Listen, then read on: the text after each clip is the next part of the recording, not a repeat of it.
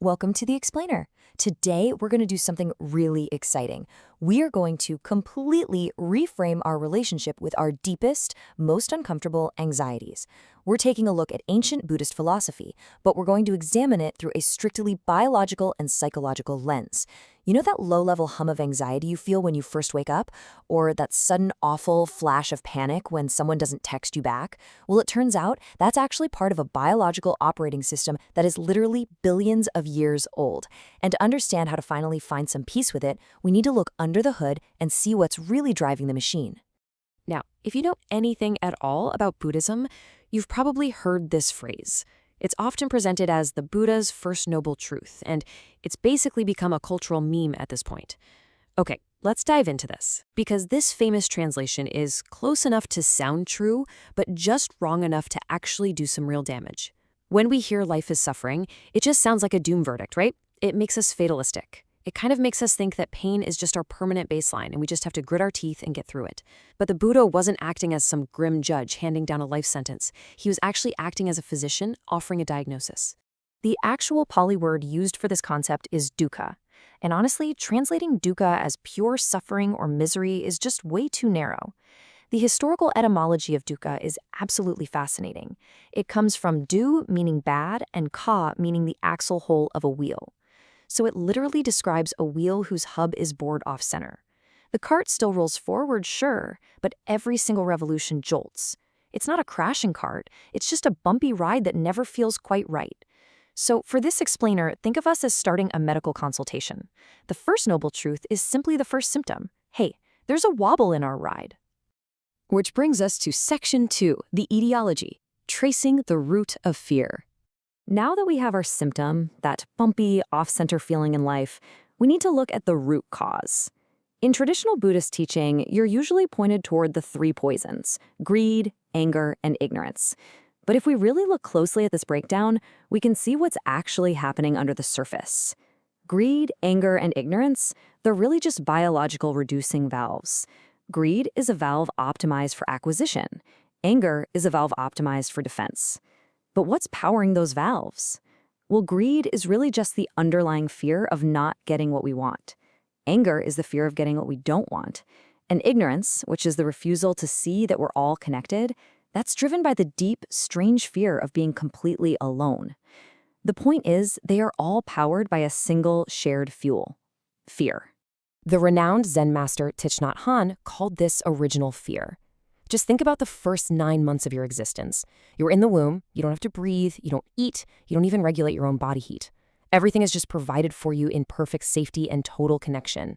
And then, bam. Suddenly there is this violent expulsion. You are pushed out into the cold, bright world, and you're faced with an absolute non-negotiable demand. Take a breath on your own or die.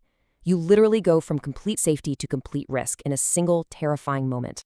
In that exact moment, as a fragile little infant, your survival depends entirely on convincing a giant caretaker to keep you alive. You quickly learn to cry to demand their attention, or you learn to smile to please them so they don't abandon you. It is a literal life or death toolkit. And the fascinating actually kind of unsettling truth is, we never really put that infant toolkit down. We just refine it as we grow up.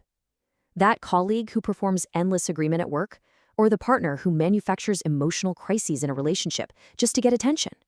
They're just using adult versions of the infant's cry and smile to survive. And this brilliantly illustrates a much larger evolutionary timeline. Psychologist Arthur Reber's research suggests that this baseline mechanism of wanting and fearing isn't even exclusively human. It goes back 3.5 billion years to single-cell organisms. A simple bacteria moving towards glucose and away from a toxin is experiencing the exact same fundamental attraction and aversion. What this means is that the fear you feel isn't some personal flaw. It isn't bad karma you earned. It is a deeply inherited biological instruction, older than brains themselves, handed down through billions of years of evolution for one reason: to keep you alive. So let's shift gears a bit. Section 3, environmental exacerbation, the industrialized burning house. Okay, so we've got this ancient inherited fear built right into our cells. But what happens when we place that primitive biological machinery into our modern society? To understand this, let's look at a famous Buddhist story called the Parable of the Burning House. In it, a wealthy father's house catches on fire, but his kids are inside playing.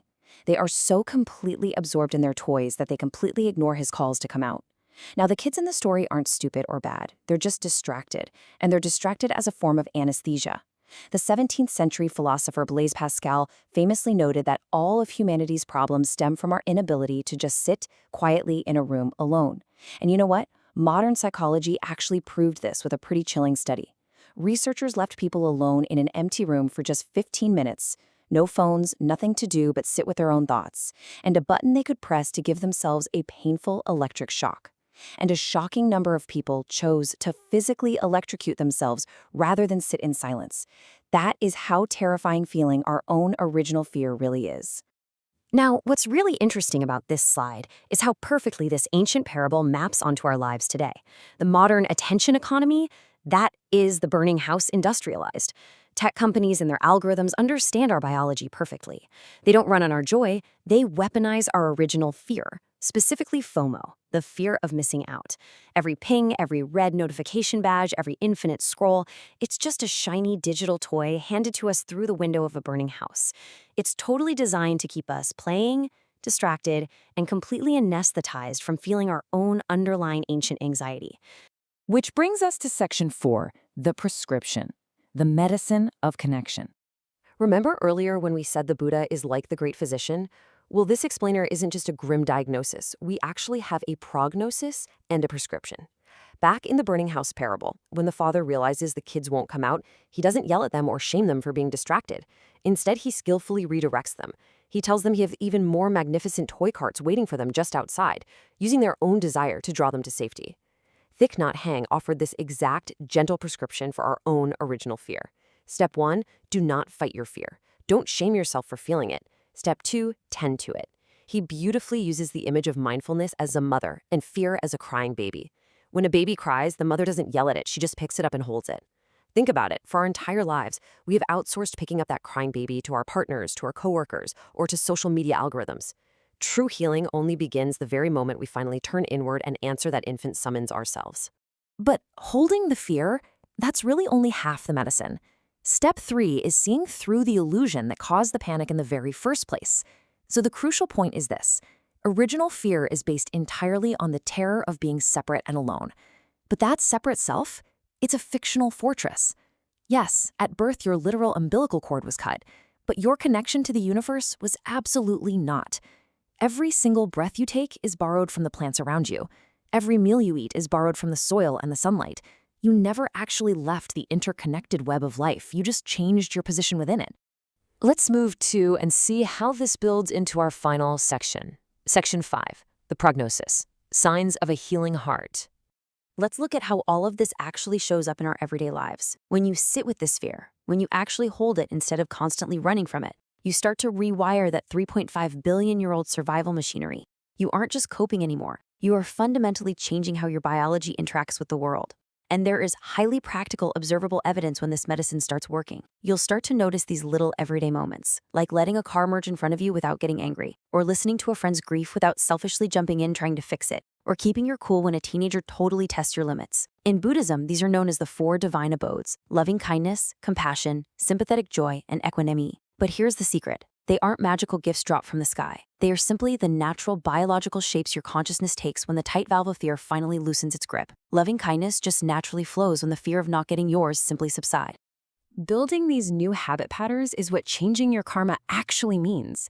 It is the slow, deliberate conversion of ancient, inherited fear into warmth and real connection. Because the work was never, ever about conquering or destroying that frightened infant inside of you. It was always about finally turning around and picking it up. So I want to leave you with this thought to carry with you today. Your fear has been crying out for 3.5 billion years. Are you finally ready to pick it up?